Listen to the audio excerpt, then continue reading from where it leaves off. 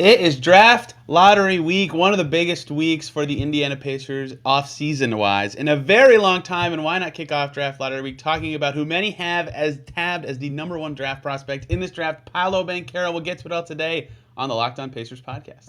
You are Locked On Pacers, your daily Indiana Pacers podcast, part of the Locked On Podcast Network. Your team every day.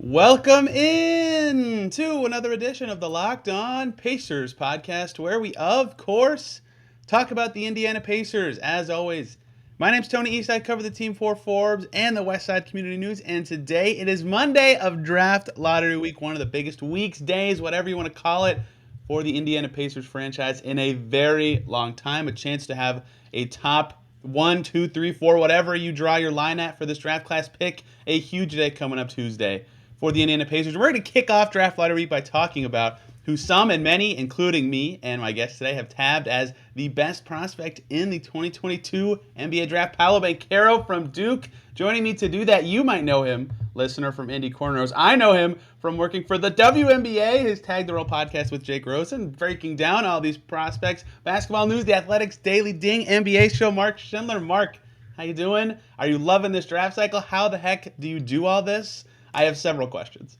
That's a great question, man. My dog asked me the same thing too. It's been a very busy this month with the playoffs and everything has been like throwing everything together. It's been a lot. We're grinding through. It helps that I started the draft cycle like as soon as it started. Like this is like my first year like fully doing everything right off rip. So I feel really confident with where I'm at with it. But like you mentioned, like this draft cycle is so weird. And I mean, that's why it makes me excited to talk about Paolo because he's one of the guys that I feel like most confident in where this cycle is at. But yeah, man, it's been a season for sure. I have a good feel for Paolo because I watched a lot of Duke because I love AJ Griffin, which is separate from this. But he just like this draft class. Even all the good players have warts that are like really obvious, and Paolo does too. But there's less. Hello, Moose, walking around. Yeah. Paolo has less in a way that makes me really confident both in his floor and ceiling, which in this draft, a lot of guys, like I did Dyson Daniels on Friday, really obvious floor, good defender. The ceiling, I'm kind of like, maybe it won't be that good. And there's other guys like Chet where you're like, oh my God, the ceiling is incredible, but the floor is like, oh man, if some stuff doesn't click here, it's not going to be great. Paolo is the perfect, like both are good to me, and that's what makes him so appealing as a process. So you can peg your own words in here, whatever you think, but to me, the thing that makes him so advanced is his kind of technical footwork and ability to kind of operate 15 feet and in, whether that's as a passer, as a guy creating his own shot in that space, just a guy connecting everybody. His footwork and mechanics are so good in that distance, and that kind of opens up every single thing he does at such a high level on the offensive end. Yeah, I mean, I think you're putting it all together right there. Like, I wrote something after they played Texas Tech in the Elite Eight, like when Duke did, and I thought that was maybe the best prospect game of the cycle. Duke really struggled in the first half with that no middle defense, and then they went and started operating like pretty much strictly out of elevator screens, which is not something you're going to be used to seeing very often. But everything was setting up for Paolo to get the ball and operate because they were really struggling to get the ball on the inside.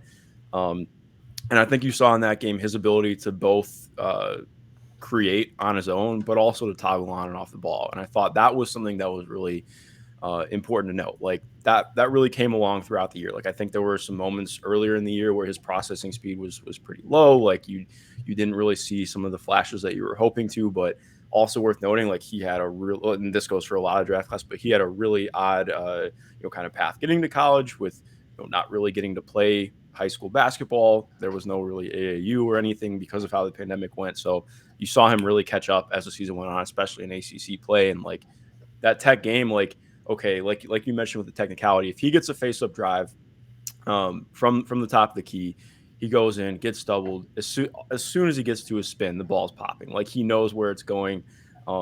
It's not like Luka shit or anything like that, but like it's very much so like I am extremely skilled. I'm extremely technical. I have a great handle at my size. I can get to where I want.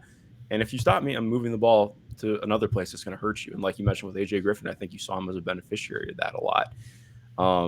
So I think, especially just from a Pacers point of view, I look at Paolo as like the clear one of one for me Oh in yeah. this draft class. Like, who is other? I mean, like you could say David West, but like who at the 4 spot has had at this much skill and ability to be a positive in this way? Like, and no shade to David, but like even then, he's like 33 when he's a Pacer, so it's like there's just never really been a guy with the ability to operate outside in and inside out like this on the Pacers like ever. So Who actually has had this impact at the fort? Nobody. Who should yeah, have? Paul George. yeah. Is Okay, well, fair. All right, Larry But he Bird. would But not yeah, play the four. He barely even played the three. Damn it. He was CJ going to play the Miles. Yeah, we two can for go the with Indiana CJ Pacers. Miles. Yeah. CJ Miles are.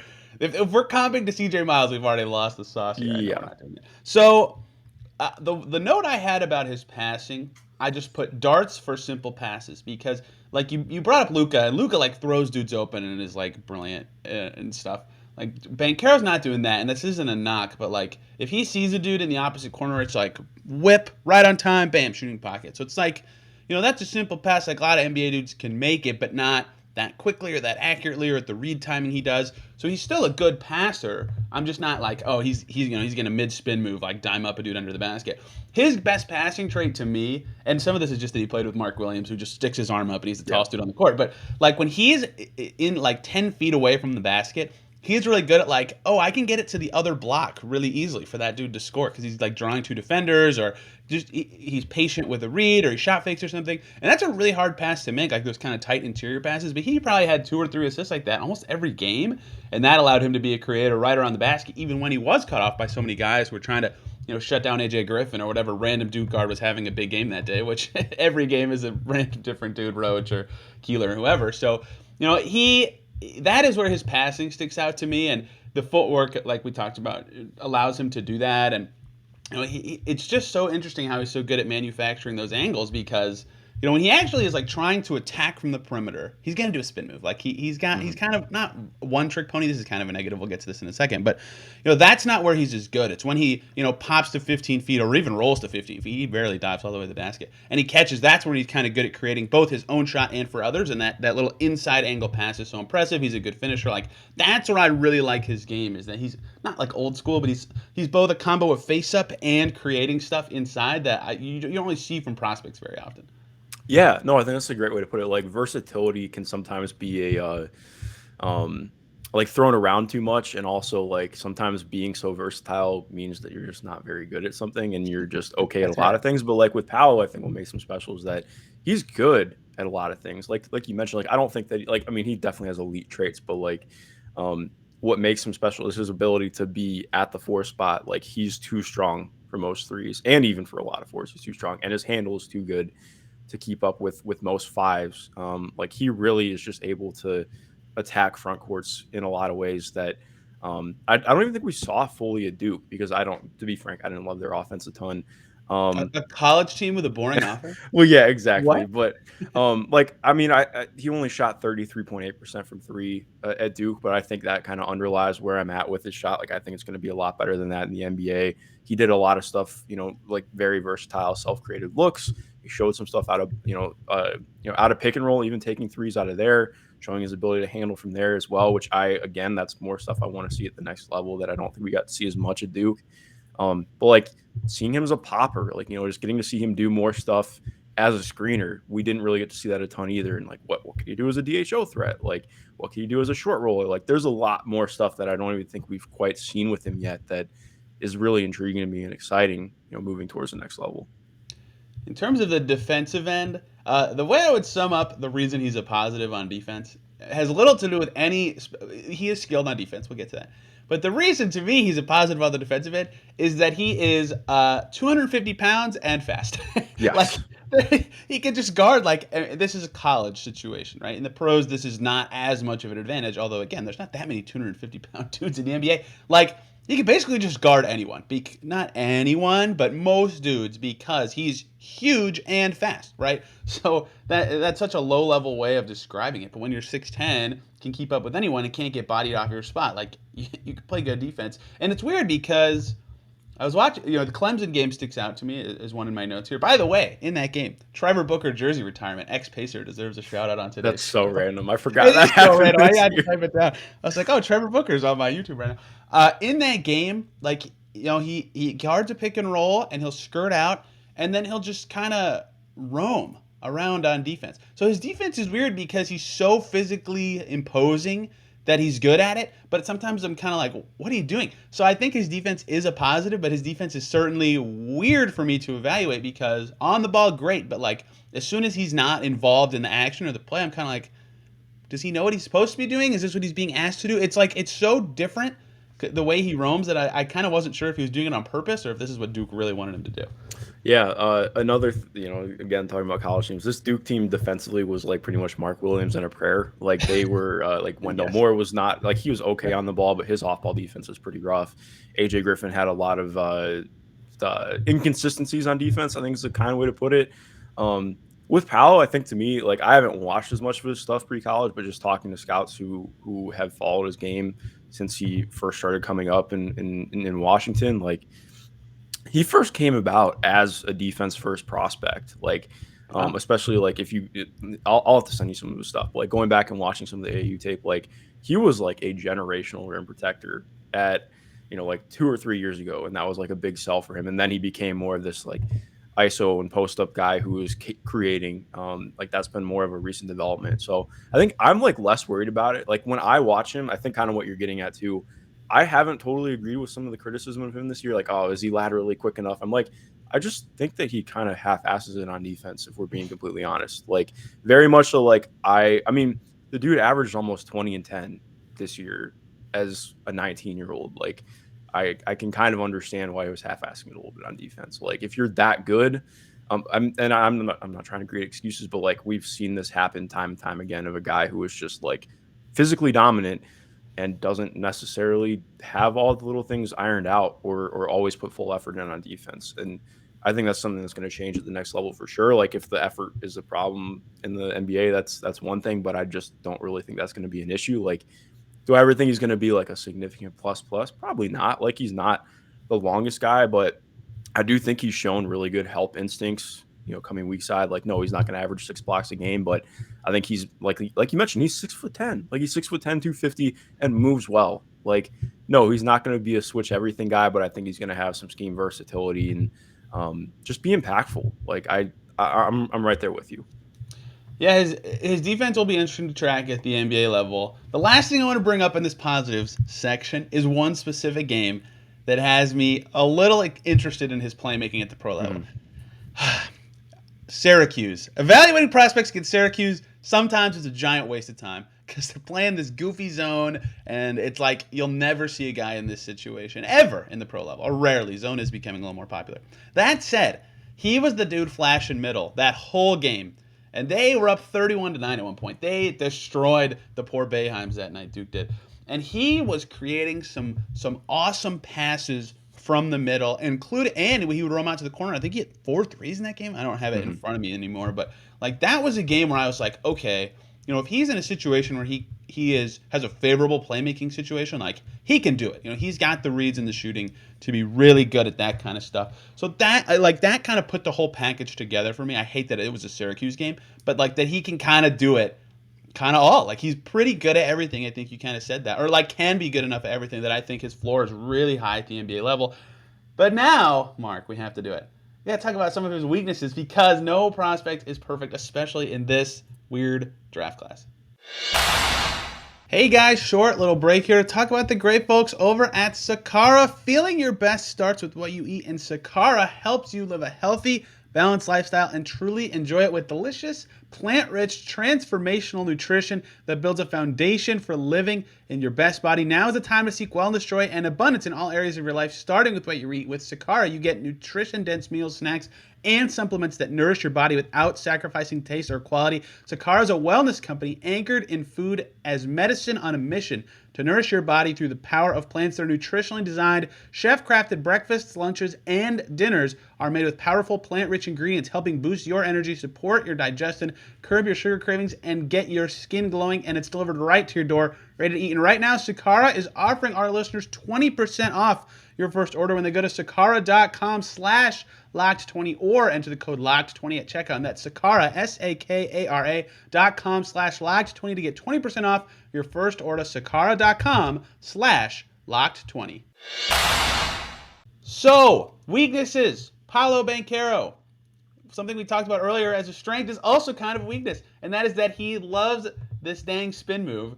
And they played Virginia, and Tony Bennett was like, oh, I know he's going to spin every time. So they would just send two guys to him right before he spun, and then he would either turn it over or didn't know what to do or had to pass. And he is obsessed with that one move, and he's a decent isolation player, but not like amazing. So he's so into that spin and not really like varied in his moves enough that he kind of gets turnover prone. He kind of gets his head down on those kind of driving situations. And I think his isolation games leaves me with a little bit more to be desired in those situations. Yeah, I think you bring up a lot of great points. What makes me probably a little bit higher on it is probably, like you mentioned at the beginning, like his footwork and his explosiveness is just so hard to get away from. Like I think I'm just pretty confident in somebody who has those skills and the handle that he's shown, being able to, like, it's going to take time for sure, but becoming somebody who really develops those counters and becomes an excellent isolation player. But I mean, you're totally right. And that's stuff we've seen in the playoffs routinely, like even just talking about the WNBA, like watching the Storm and Mercury play that yesterday, like, okay, they just cross matched, helped off and sent two to the ball all the time. And like, that's stuff that I think Paolo is going to see in the NBA for sure, especially if he's on a team with some lesser talent and he's getting the ball as much as we think he will. Like, yeah, he's going to have to rep that stuff out. But I also think that's part of like, that's just part of him being a prospect and figuring out his game for sure. Yeah, when he, like, it's like weird. He almost is better catching like with his back turned because then he doesn't think about the spin. He thinks about using his footwork better. And so I agree with you. He'll get the counters. He's got enough inside 10-foot finishing ability, like shot again above 70% at the rim, pretty good inside 10 feet. Baseline jumpers were good. Like he's got enough sauce and finishing ability to have those counters or floaters eventually to the point where he will just be able to like lower his shoulder and create enough space to score. So I'm not worried about it. I just wish he had a little more variation and timing and wasn't just going bust every time two came to the ball before he got to the elbow, and especially against a not good Virginia team. Like Tony Bennett's a genius, but like that was not a good team. He should not have been. That was a pretty rough Virginia team. One of my things I do a lot with, especially with high level prospects, I think I've told you this in past cycles. Like I watch a really good game they had and a really bad game they had, and I say, okay, what was different? What caused this guy to suck in this game? He's 2 for 13 against Virginia, and that was it. They just sent two to him right after his first dribble all the time, and he passed okay that game, and he was 10 rebounds. Like he still was good and impactful and stuff, but that kind of turned me off a little bit to that particular part of his game where I'm like, oh, there is a counter for what he can do well or what he likes to do well, and he spins so much. It's like almost he does. Yeah, he does. Was it Warwick Dunn? Who was that running back who was just like you hit the spin move in Madden and he would score a touchdown every time? I think it was Warwick Dunn. Same like if you did anything historical with Barry Sanders, it's just money if you hit the circle button. So I had Madden 04 was the first football game I had. Warwick Dunn and Mike Vick in the same backfield. Everybody would just use them and hold the sprint button down. And Warwick Dunn's spin move was filthy in that game. That's Banchero. He is loving that spin move button. Speaking of turnovers, they're not bad. I don't want to be like, oh, he's turnover prone or like, oh, he's rushing things or anything like that. But especially in transition, it's weird that he's not a little better in transition given the rest of his skills. But he's like almost head down in transition. So he does turn it over a little too much for my liking. That is usually something that happens when you're a primary creator in college. But a little turnover prone. I would like to see a little more there. His handle's not loose. It's not like his passing is bad. We talked about that earlier. Just occasionally coughs it up in ways that are not Banchero-esque, which is interesting. Yeah, it's really interesting too because, like you mentioned, like sometimes the head down stuff. Like he's definitely a pretty high field player, but like you mentioned, like he has moments where like you can totally tell that this guy just worked out in the gym for 9 months when he wasn't able to play. Like just his game feels very segmented and mechanical, and I think he repped out a lot of that as the year went on. But also, like, yeah, it was still very apparent at times. Like especially like I mentioned, that Texas Tech game, I thought you saw a lot of what it looked like at its best. Like even when he was doing that spin move, if he was getting walled off, the ball's popping quicker.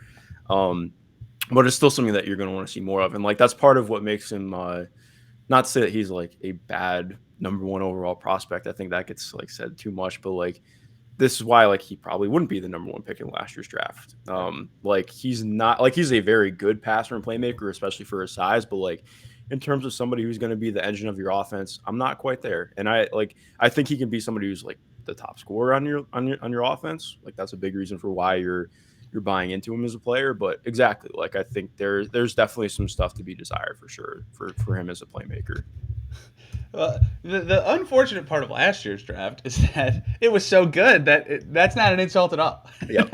Last year, 2019, Zion and Morant, you're going before him. 2020 is a more interesting one, like Ant, Wiseman, LaMelo. I would have picked LaMelo one that year. I would not have picked Banchero over LaMelo, but pretty much anyone else in that draft, I think I would have taken him over at this stage of this process. Can I ask you a question? I don't know how much interviews of Banchero you've read or interviews you've watched of him or whatever. Has he ever mentioned Carmelo Anthony as a player that he watches film of? Or can you recall? I gotta be honest. You know where I'm going with this? I get what you're saying, but I don't think I've ever seen him mention Carmelo before. The number of times Banchero catches and jabs 2 or 3 times, he doesn't like Melo shoots out of those a lot. He did sometimes, but I'm counting this as a weakness, even though it's not like a problem. It's just something he did.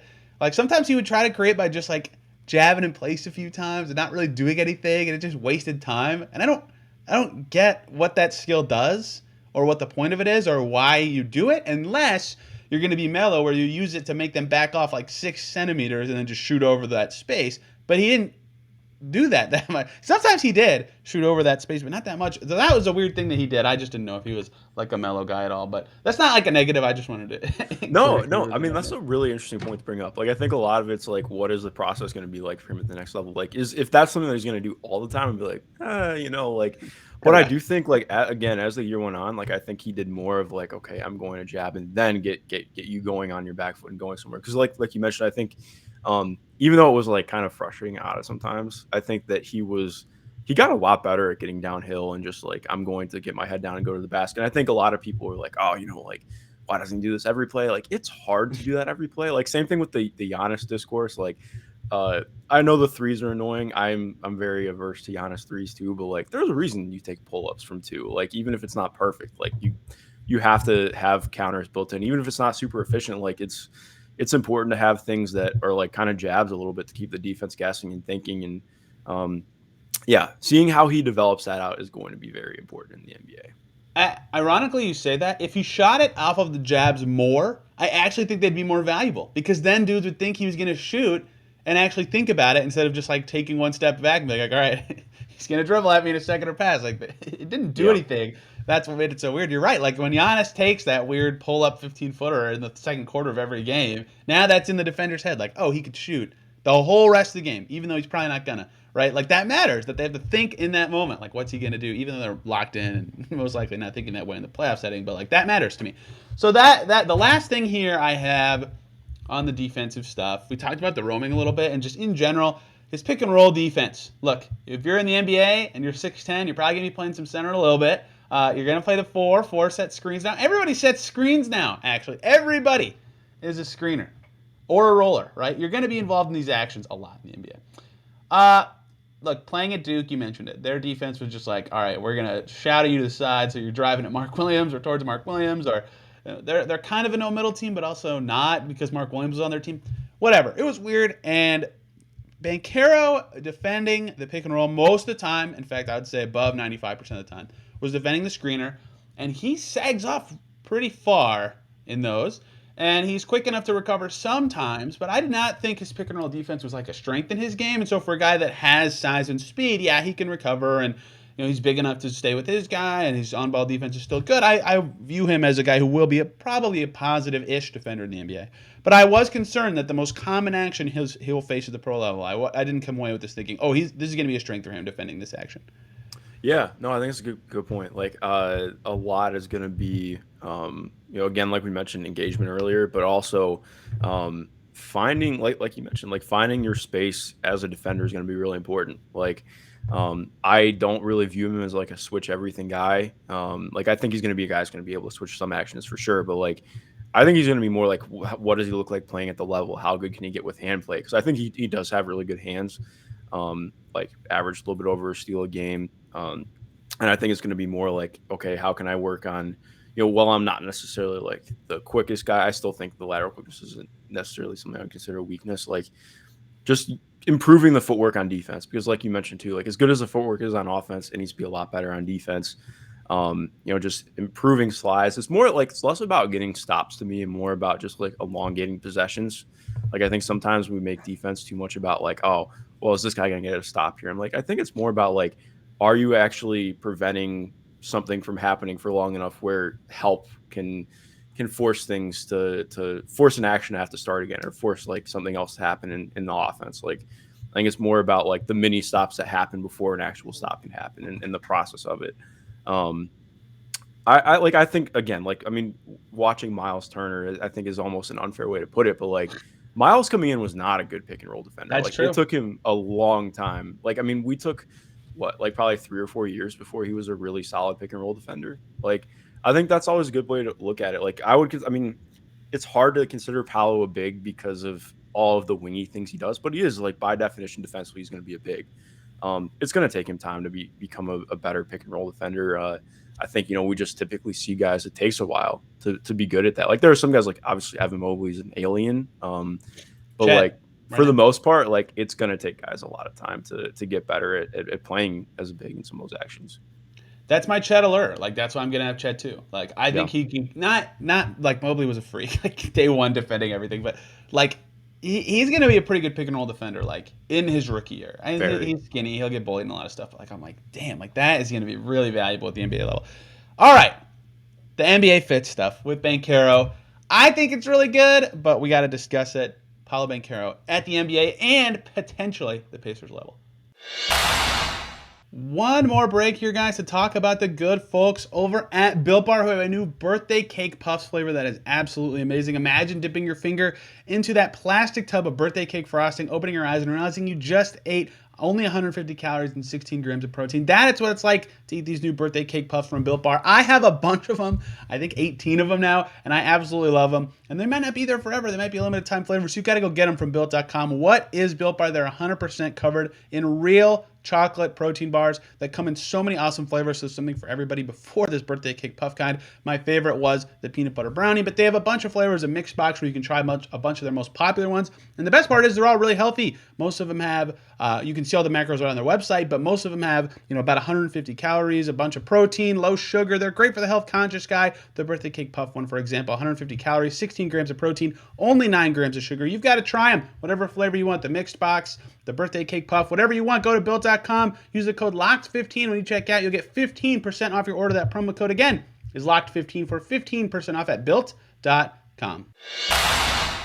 So, here's the problem with college basketball as it relates to having guys, analyzing guys at the NBA level. There's no spacing. There's always someone under the basket or someone in the dunker spot. It's harder to drive. It's harder to finish. And that's what made Banchero's little interior passes look so good and so valuable. It makes it obvious he can read the game. But for a guy with really good technical footwork, a good ability to read the game, a bunch of size, good pacing, doesn't ever really get sped up, I think Banchero, it maybe, I'd have to think about it with a few of these other guys, but I think there's a chance of the top 4 to 5 guys, he's the best natural NBA fit of all of them. Maybe Ivy, but I think it's Banchero. I would agree. I think it's Banchero by a decent degree for me. Like, there are some things with Ivy where I'm not sure. Like, I think that a lot of the question would be, if you're bringing in Ivy, Tyrese next to him might maximize Ivy, but how does Ivy maximize Tyrese is a great question. Yeah, the Pacer Something, stuff with Ivy's interesting. I haven't done him yeah, yet, so I'll have to figure yeah, that out. okay. But with Paolo, like I think I look at Paolo, and I think that him and Tyrese could have just incredible synergy together. Like getting somebody who's a really dynamic, like at least the way I envision him and his skill set, like a really dynamic screener and somebody who can do a lot of things that make it even harder to guard Tyrese. Because I think, looking at this Pacers team, I guess a lot of it comes down to, like my biggest question for this next season is what happens with Halliburton. Obviously, like, does he take that step forward? Is becoming more of a primary option, and trying to soak up more usage and being a little bit more aggressive offensively. And I think a lot of it too is like, how does the organization view him? Because I think we're not entirely sure with that sometimes. But like adding somebody like Paolo who brings out, but I think like his skill set could really bring out even more of those qualities in Tyrese would be extremely exciting to me from the NBA fit standpoint. And like, not even like I don't think Tyrese would even have to be the number one scorer. Like I think Paolo to me is like clearly going to be the number one scorer on whatever team he's on for the most part. Like obviously there are ways where he becomes more of like a 2 or 3 guy, but on this team, yeah, I totally see that. We will learn a lot about how the Pacers really feel about Hallie in the next couple months. Like after the deadline, Pritchard's like, "Yeah, this dude's a genius. We love him. He's great. He's a sick young point guard. We love him." And I agree. I think he's the best player on the team. And then they're like, "Okay, he's shooting 10 times a game." Like, Yeah, hey, hang on a second.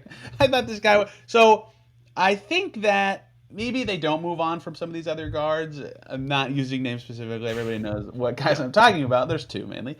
You know, then I think they're kind of still viewing him in a little bit of a growth mode, not as a like the guy mode, even though it seemed like they were talking about him as the guy after the exactly. deadline. Like I have so many questions. Like Yeah, I do too. I do too. We'll learn a lot. Like last year was the weirdest year in terms of everything the Pacers said made sense. Like from every key guy who spoke, whoever it was, it all made sense. And then a lot of times, almost all the time, on the court, I was like, that's not what they said. I don't exactly. know. It was very yeah. It was Not that, yeah. and neither. I guess they won 25 games, so the court part was by definition bad. But none of it was like process wise. I was like, oh, this is wrong. They're making the wrong choice or saying the wrong thing. It's just like, oh, it didn't really match that. Didn't really match that well in your head, which makes it kind of hard to kind of cut through what they're really thinking. And we will learn a lot about this team in the coming months. That said, Banchero, I agree with the Pacers specifically. Very good fit, very good scoring fit on a spaced out team. If Miles is still on the team, that would alleviate a lot of his defensive pick and roll kind of jazz he's got to deal with. He knows how to defend when he's got a guy like Mark Williams / Miles Turner behind him waiting at the basket if they can find a way to have Miles Turner camp around the rim in a spaced out NBA. So I like his fit with the Pacers, especially offensively with Halliburton, especially too because I was actually watching some Halliburton interviews yesterday for no reason to explain, but something he talks about a lot is like transition play, both in terms of something he's good at and something that the Pacers need to get better on defense so they can be in transition more. And we talked about Banchero earlier, like one of his weaknesses in transition, he's very like, I have the ball, head down, I'm going to try to do something. If Halliburton's got the ball and all he's got to do is run up the floor, get to a spot, like that's going to alleviate one of my biggest warts in Banchero's game, especially offensively. It's like, oh my God, this fit could be awesome, especially in half-court settings, since they both have really unique skill sets in a way that could complement each other really well. So I'm very bullish on that fit in particular. And they've had a guy who can defend stronger wings. Let's see. Thad could do it, kinda. Kinda. And Bogdanovich sometimes could do it. Bogdanovich in the playoffs, yeah. Like, Yeah, except not if he against didn't have to DeRozan. run through a screen, Everybody yeah. but DeRozan, he did okay against. And they thought Torrey Craig could do it, and he could kind of do it. And Justin Holiday did it for a couple games and then got old and couldn't do it. So for the whole Pritchard era, they've had a bunch of like mediocre at best options for these bigger wings, and they just get cooked by. I don't even care if you get cooked by like LeBron or Giannis or whatever. Like those guys cook everybody. Like whatever. They get cooked by like Hayward, OG Getting cooked by Anunoby, Kelly Mikael Oubre Bridges. is a problem. Yeah, Kelly Oubre, like yeah, these guys are like their NBA players are good, but like they're all killing you because you have no good matchup for them. Banchero is like plug him in, done. Like you did it, you got the guy to finally defend those guys. Not year one, but at some point, and that is huge, huge, huge, huge for the development of this franchise. Which, by the way, Mark, did you know this last season was the first time they were in the bottom 10 defensive rating on NBA.com's defensive rating since the 1990s. They've got to get better on that end of the floor. And I think Banchero being a perfect need fit and skill fit, because defending wings is so important in the NBA these days, is massive for his NBA growth and fit. yeah, I agree. I mean, like I'm right there with you. This defense, what they did last year was just like, oh God, it was abhorrent. In like every facet. And like the biggest thing, like you mentioned, I think it's weird because I agree. Like I think Powell is going to do some things, especially as years go on what he can do defending. But I think it's going to be even more like what do they do outside of their first round pick? Because I still just don't know how they get stops on the perimeter right now. Like it was a question all year last year. I still don't know if we have an answer to that yet, but we'll see. I mean, like theoretically TJ Warren, but also that's like who knows? Duarte was okay. Yeah, but He was like okay at it. But like exactly like you asked Rick about this a ton in media availability about like defending bigger wings, and they just said, I mean, he routinely said it was more just like, oh, those guys score 40 everywhere. Like, yes, but also like not like this. Like Right. it was such a big problem last year. So it's got to be an answer somewhere. There has to, like, whatever they do with their first overall pick, even if it isn't Powell, like it has to do something to change the course of the defense because this is untenable. There are a lot of like okay-ish guys at that size defensively at the pro level in this class. Fortunately for the Pacers who need a forward, the top of this class, even if you extend the top to like 9, there are a lot of forwards. Like they could get a forward, but Bank is the best. Jabari's a good defender too. I don't know. There are Yeah. good defensive forwards at the top of this draft class, which is nice. But Banchero, I keep calling him Bank. I don't know. No one has ever called him that. And I can't. If he's on the Pacers, I'm tweeting Banks open the second he banks in his first jumper Oh, that's with a hilarious. C instead of a K. Someone's gonna steal that from me now. That's totally fine. But you know, I think he's just such a good NBA fit though because he can be a good defender or at least a serviceable defender at that really important thing. Like the Raptors just this year were like, you know what, we're gonna get 8 of these guys who can defend this position, even if they're really flawed on offense or aren't that good at a lot of other stuff. Like we could just throw bodies at big wings, and they're like, "Oh, hey, we look at that. We're good on defense. Like we made the playoffs." You know, it wasn't that simple for Toronto. Nick Nurse is like a genius, but that was a big part of their success this year. Is they had the bodies to do that kind of stuff, and so you know, Banchero plus other bodies eventually, like that will help the Pacers have a solution in that area. I like his offensive fit you mentioned with Halliburton, but in general, especially if you know the shooting is interesting, like. The percentages are just good enough, and I'm like, he could be a good shooter. I don't know, especially if he becomes a good shooter. Like then he becomes such a good NBA fit because he can be awesome off ball and still that technical kind of brilliant guy on the ball. Then he becomes a perfect NBA fit. So the shooting is where it kind of the twisting point is for me on like he'll be a pretty good NBA fit with some warty stuff you got to figure out with him off the ball, or like okay, you can just put him on any team and he's going to be perfect. Yeah, I'm very much a believer in the shot. I think it all, it depends on how you're looking It at it, looks but good. It looks good. I'm there with it. And especially like we mentioned earlier, like off the versatility, I'm like, yeah, I see it.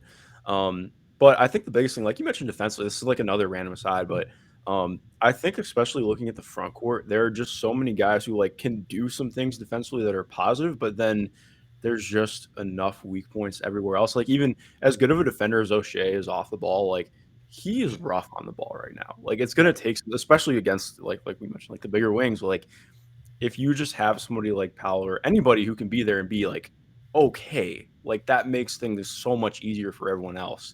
But yeah, we're in the same boat there. There's just I'm very excited to see how this falls out because I just want to know what this team is going to look like next year. I am too, and I am really looking forward to seeing Banchero in the NBA because he is, I believe, I said this at the beginning, but I think he's both of our number one prospects. Yes, he is. With the lottery coming in one day, everybody, one day, tomorrow's podcast, lottery preview. You're going to hear lots of percentages where the Pacers could end up, where other teams could end up, and as usual, one of my favorite segments that no one ever talks about. What the Pacers want to happen beyond themselves jumping up. For example, if the Cavs get another top 4 pick next to Evan Mobley and Darius Garland, the Pacers are screwed for a very long time. Those sorts of things I will be talking about on tomorrow's show. Mark, thank you very much for the time. Where can people follow you and your work covering every corner of the basketball world on planet Earth? Yeah, you can find me on Twitter at MG_Schindler. That's probably that would be my biggest recommendation. I'm very, as you know, Tony, I'm very active there. All my stuff will be up there. I appreciate you having me on, man. It's always a blast to catch up. It is always a blast. Again, lottery preview, lottery reactions. We'll do another prospect later this week. And of course, once their pick is settled in, I'll do my least favorite thing and talk about trade options for the Pacers in the draft at some point this week. Everybody, thank you so much for listening. Have a great day, and we will see you tomorrow.